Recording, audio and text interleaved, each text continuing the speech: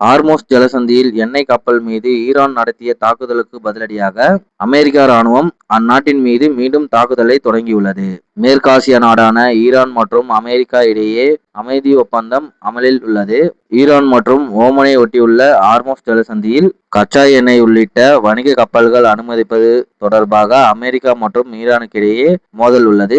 அறிவிக்கப்பட்ட பாதையில் வழியாக மட்டுமே வணிக கப்பல்கள் செல்லலாம் என ஈரான் அறிவித்துள்ளது.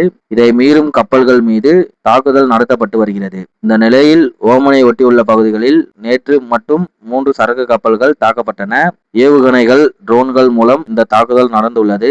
இதை பிரிட்டன் கடல்சார் பாதுகாப்பு அமைப்பு உறுதி செய்தது. இதையடுத்து ஹார்மோஸ் ஜலசந்தி பகுதியில் மீண்டும் பதற்றம் தொற்றிக்கொண்டது. எண்ணெய் கப்பல்கள் மீது ஈரான் நடத்திய தாக்குதலுக்கு பதிலடியாக அமெரிக்க ராணுவம் அந்நாட்டின் மீது மீண்டும் தாக்குதலை தொடங்கியுள்ளது. வணிக கப்பல்களை குறிவைத்து தாக்குதல் மூலம் பெரும் இழப்புகளை ஏற்படுத்தலாம் என்று அமெரிக்க மத்திய படை தலைமை அறிவித்துள்ளது. ஹார்மோஸ் ஜலசந்தியில் கடந்து சென்ற 3 வர்த்தக கப்பல்கள் மீது ஈரான் நடத்திய தாக்குதலுக்கு பதிலடியாக அமெரிக்கா இந்த தாக்குதலை நடத்தியுள்ளது. போர் நிறுத்த ஒப்பந்தம் மீறலாகும் என தெரிவிக்கப்பட்டுள்ளது.